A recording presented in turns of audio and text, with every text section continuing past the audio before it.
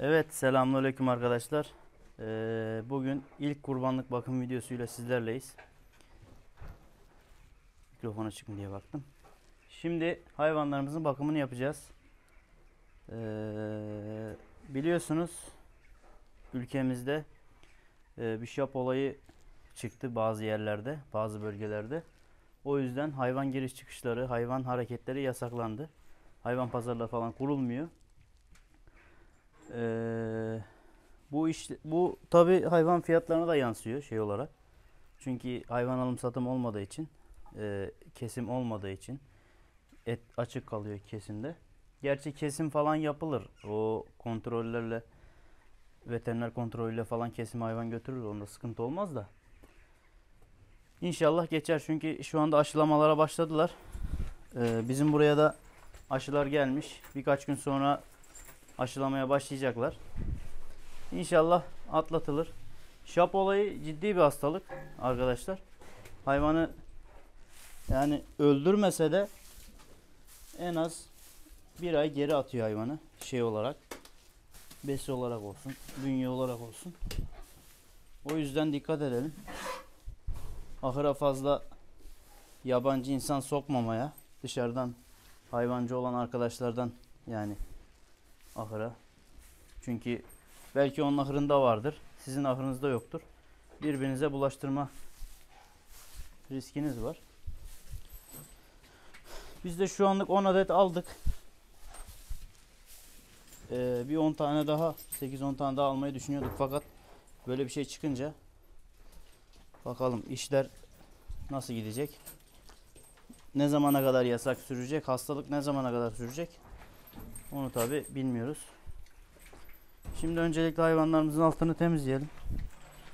Şunun önünü açalım. Su gitsin.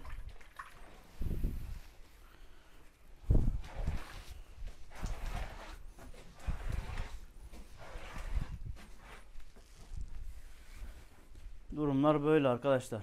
Bu yıl hayvanları pek ne desen yani ne yalan söyleyeyim pek içime sinmedi. Ama biliyorsunuz zaman geldi artık. Şuradan çekeceğimi alayım. Artık zaman gelmeye başladı. 4 ay kaldı. Bu yıl aslında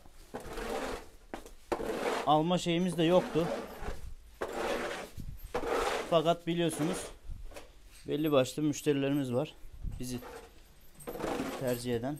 Şu anda zaten çoğu kurbanlıklar indiği zaman çoğu aramaya başladı. Kurban geçen seneki bizden kesen arkadaşlar. Yani bu sene yine sizdeyiz. Bize ayırın. Ben de tabi ilk olarak geçen yılın müşterilerine hayvanları ilk olarak göstereceğim. Çünkü onlar çoğu garanti alıyor bizden.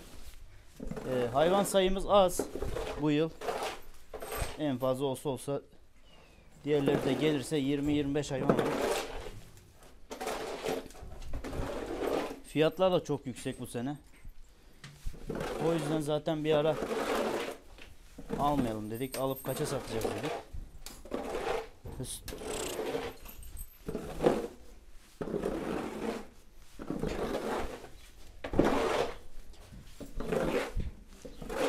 Kurbanlık işinin de artık tadı kalmadı arkadaşlar. Şöyle tadı kalmadı. Şimdi diyecekler ya kardeşim alıyorsun 15'e satıyorsun 45'e 50'ye. İşte öyle olması daha kötü.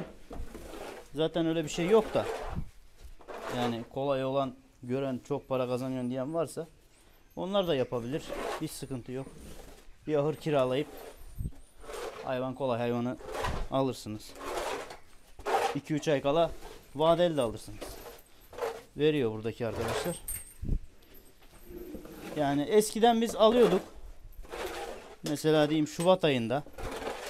Bu iş arkadaşlar 2020'ye kadar iyiydi. 2019, 2020'ye kadar iyiydi. 2020'den sonra fiyatlar akıl almaz bir şekilde yükselmeye başladı. Yani mesela ben 2020'de 2019'da hayvanları 8,5'a ne almıştım? 8,5 alıp 14'e 15'e satıyordunuz. Üstüne biraz da yem giderini koyup kesimini koyup. Ama ondan sonra hayvan oldu 15, Ondan sonraki sene 30'a çıktı. 35, 40. Yani böyle biz çok fazla yükselmeye başladık. Böyle olunca alan kişi de satan kişi de zorlanıyor ister istemez. Et tabi et yerinde durmuyor ki. Biz şu hayvanları alırken kesim 180 liraya kesiyorlardı hayvanı. Bugün 200 lira hayvan kesmişler yani mezbahada. Eskiden en fazla koysa senede 3-4 lira koyuyordu üstüne. Haftada 20 lira koyuyor şu an. Bu iyi bir şey mi? İyi bir şey değil. Tamam, bu hayvanı sen satıyorsun 70'e 80'e ama sattığın zaman onu almaya gittiğinde bunun yarısı kadar hayvanı 50 milyar para istiyorlar. O da var yani. Yani durum öyle arkadaşlar.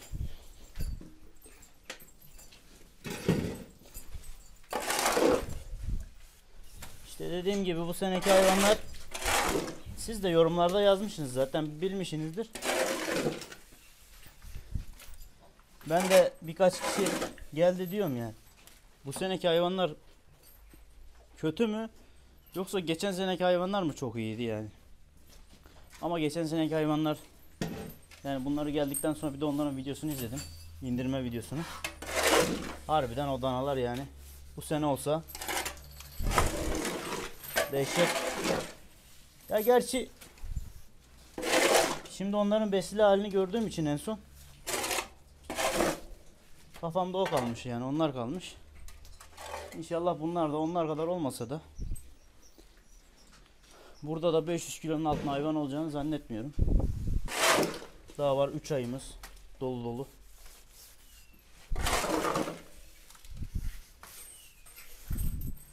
Satışları soran oluyor. Satışlar tam bir ay kala başlayacak. Erken satışı yok arkadaşlar bu sene. Neden derseniz, hayvanlar çünkü yeni alındı daha. Hayvanlar iyice besisini alsın. Çünkü geliyor adam, mesela bu danayı zayıf görüyor. 2 ay önce geliyor. Bana diyor ki ya kardeşim, bu danaya bu para istenir mi? 2 ay sonra benim istediğim paranın zaten üstüne çıkıyor hayvan. Yani müşteri onu görmüyor. Ben onu anlatıyorum ama abi diyorum, bu daha 50 kilo 60 kilo üstüne koyar. En az 2 ayda. Ama adam anlamıyor. Ben de o yüzden satışları bir ay kala başlatacağım. İlk olarak zaten eski müşterilerimize çoğuna söz verdim. Bunları hayvansız bırakırsak olmaz. Gübreyi de buraya döküyoruz. Kepçeyle sonra traktöre doldurup dışarı. Bu arada danalarda bir gelişim var mı? Ben şimdi içlerinde fark etmiyorum ama siz daha iyi anlarsınız.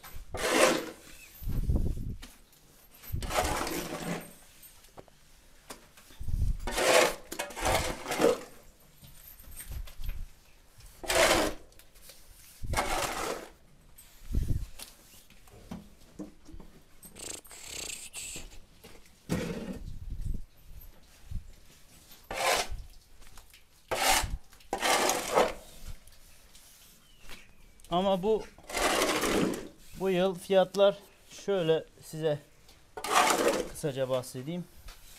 Canlı kilo 150 liranın altına kesinlikle düşmez. En minimum fiyat 150 lira canlı kilo olur. Çünkü burada yakın bir köyde büyük bir kurbancı var. O satışlara başlamış. O kesiyor 700-800 tane senelik. Yani onların fiyatlarına baktım. Hisse fiyatlarına. Hayvanların kilolarını kıyasladım. O paralara denk geliyor.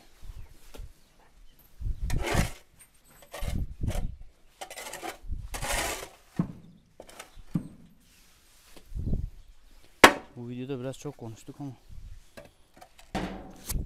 ilk video olduğu için muhtemelen ondandır. Ne haber lan?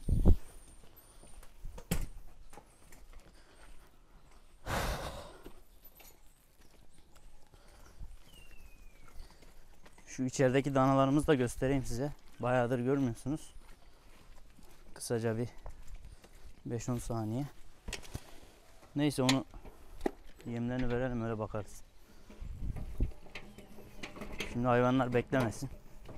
Biraz versek yeter. Samanı fazla vermiyorum arkadaşlar. Çünkü hava sıcak bugün. Ve saman yiyse işe yaramayacak. Bu saatten sonra kilo aldırmak lazım. Birazcık saman, üstüne mısır silajı. Ondan sonra yulaf otu. Akşam çıkarken de yulaf otu veriyoruz.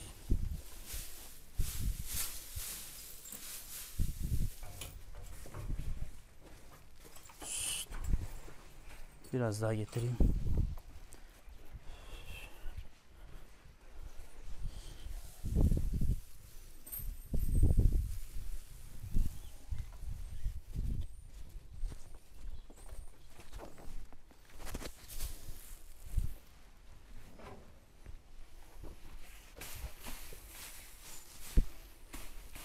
Şu danayı geldiğinden beri 3-4 kişi eski müşterilerden aradı. Onu bana ayır, şunu bana ayır diyor. O kırmızı danayı. Nasibi kiminse o alır. Şimdi ayırma çünkü şeyi yok.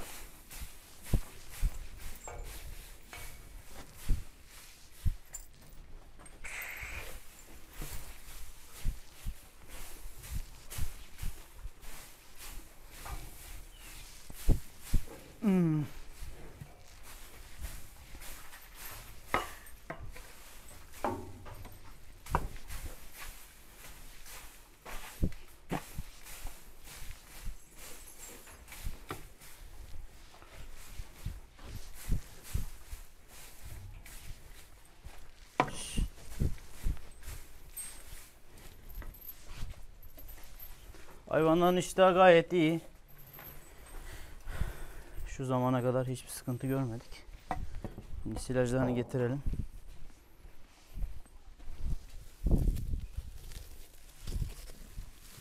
Kargalar anasını ağlatıyor silajın açık kalınca.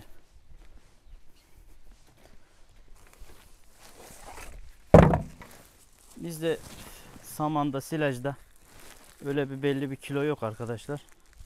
Her yıl nasıl yapıyorsak bu yılda öyle yapıyoruz. Tabi memnun kalmasak değiştiririz sistemi. Besi sistemi. Bir tek bu silajı verirken biraz sıkıntı oluyor. Biraz fazla dolduruyorum.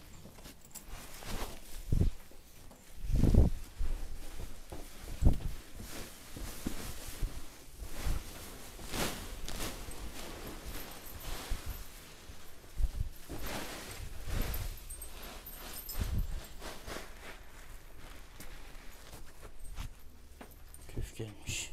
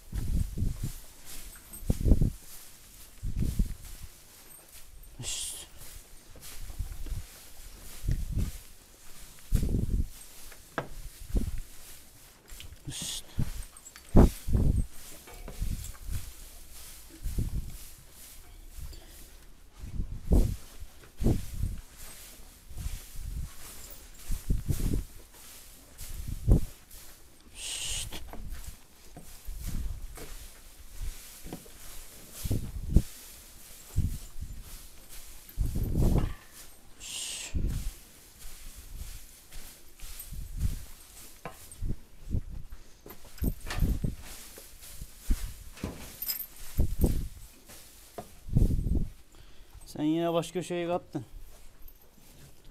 Burayı kapanlar şanslı tek başına.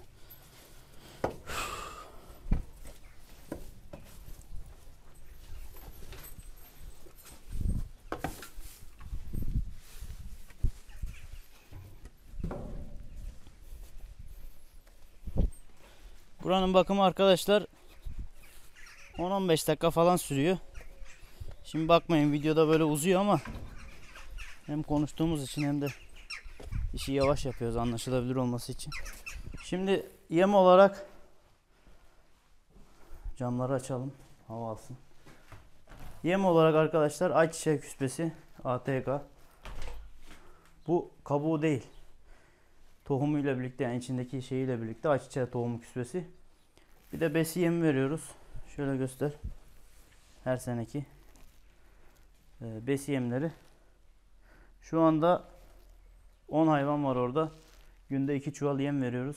50 kilo, 40 kilo da bu 90 kilo. Hayvan başı 9 kilo yem yiyorlar şu anda. 2 çuvalı tam bir günde veriyorum. Hayvan başı 9 kiloya geliyor aynen. Değil mi? Aynen. Pek matematiğim yok da o kadar.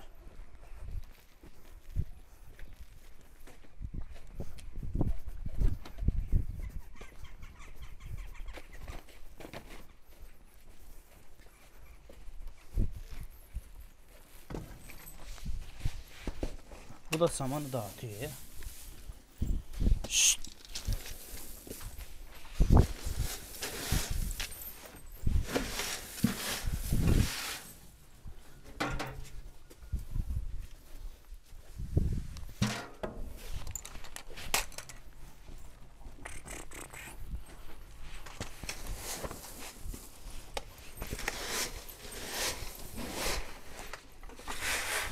Ayçiçeği biter bitmez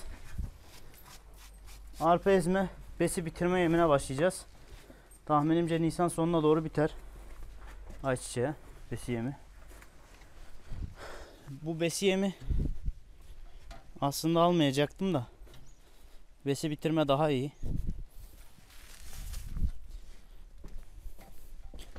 Yani besi başlangıcında da sonunda da kullansanız sıkıntı olmaz. Ama ayçiçeği hayvanı iyi geliştiriyor şey olarak. Kemik olarak, boy olarak. Geçen yılki hayvanlardan biliyorsunuz zaten.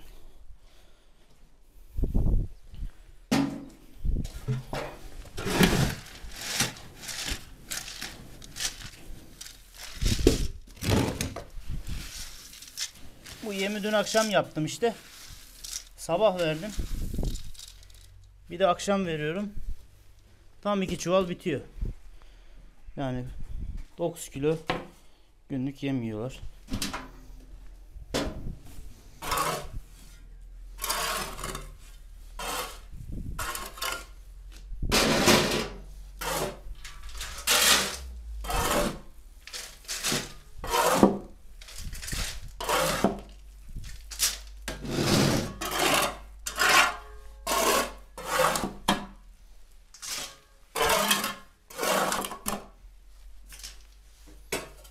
Tamamdır, gidebiliriz.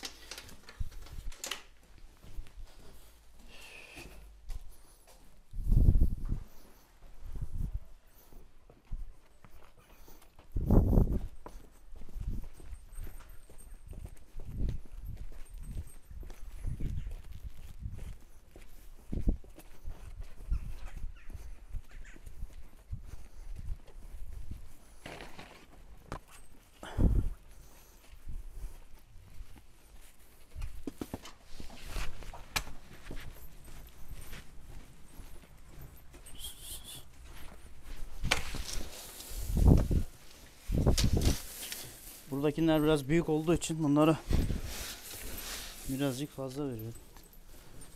Biraz yabancıdan gördüğü zaman yemiyor. İştahsal bir problemi yok yani. Şimdi yemeye başladı. Biraz cins tane. Şimdi o yarım tenekeyi de böyle hepsine verelim.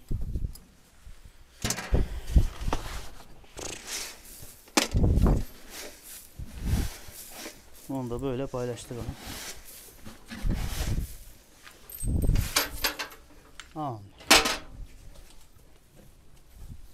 İşlem bu kadar. Bunların bakımı bu kadar. Sabaha kadar yesinler.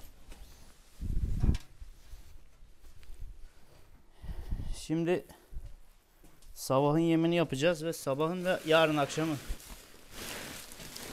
Bunları arkadaşlar ben böyle karıştırıyorum. çuvalda daha zor oluyor. İyi karışmıyor. Böyle tamamen birbirine sarıyor.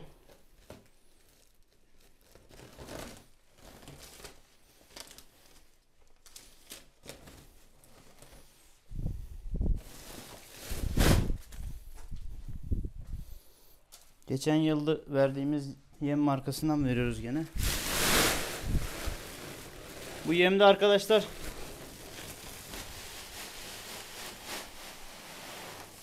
yanlış anlaşılmasın, hiçbir reklam falan şey yok. Sadece yemi beğendiğim için, bir de adamlar ödeme kolaylığı da sunuyor size. Mesela biz peşin alıyoruz da gerçi. Alamadığınız takdirde de parasınızı kurban vadede yapabiliyorsunuz yeminizi. Tabii fiyat biraz fark ediyor. Çoğu yem firması vermiyor öyle vadeli.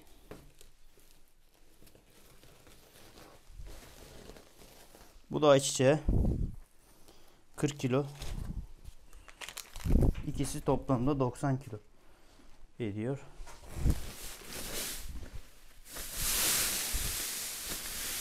Şimdi şöyle bir kere çevireceğiz bunu. Tamam. Yeterli.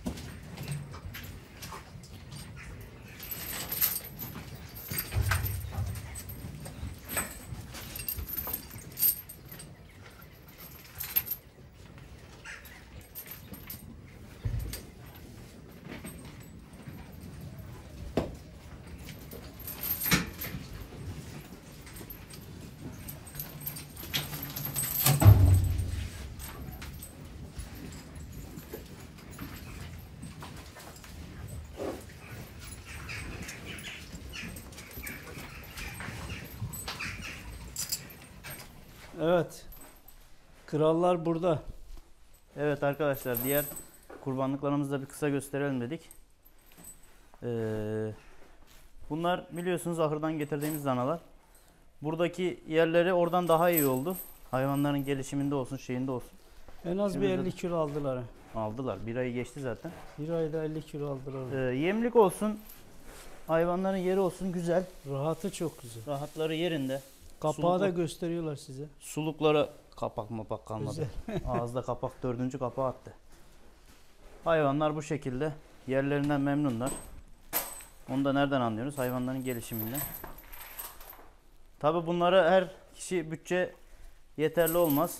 Bunların özel müşteri bulmamız lazım. Buraya görüyorsunuz. Valla bize Şunun müşterisi var gibi şu anlık. Geçen gün hatta geldi, gösterdim. Biliyorsunuz her sene 1. sırada Uğur Çakır abimize kesiyoruz. Ben ona layık görüyorum bu danayı. Çünkü o genelde böyle Holstein tarzı büyük danalar alıyor. Bu da tahminimce kurbanda 900 kiloyu zorlar. Şimdi dersiniz ki lan Holstein 900 kilo gelir mi? Şöyle arkaya bakın arkadaşlar. Yani simenteli bozar. Metreyi al da boyunu ölç bunu. Metreye gerek yok, ben yanındayım. Simenteli falan bozar bu danalar. Boy desem var. Ense desem var. Şöyle görüyorsunuz. Olmayan Maşallah. bir şey yok maşallah. Bunu İşte- babam biliyorsunuz geçen yıl dışarı kaçmıştı. Dışarı kaçış videosu da var.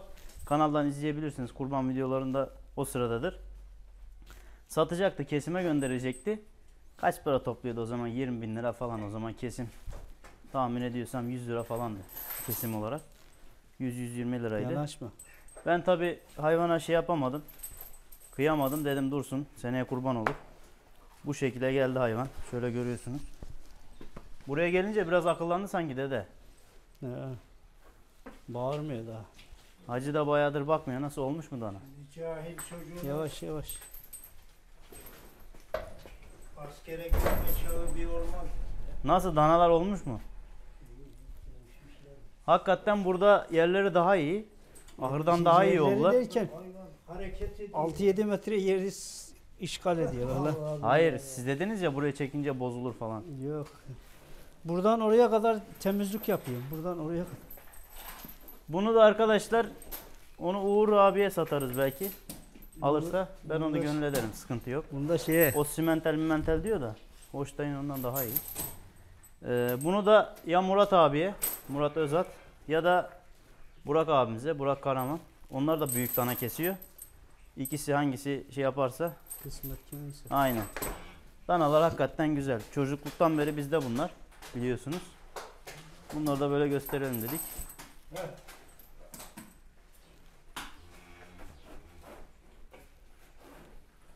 Bunlar bu kadar.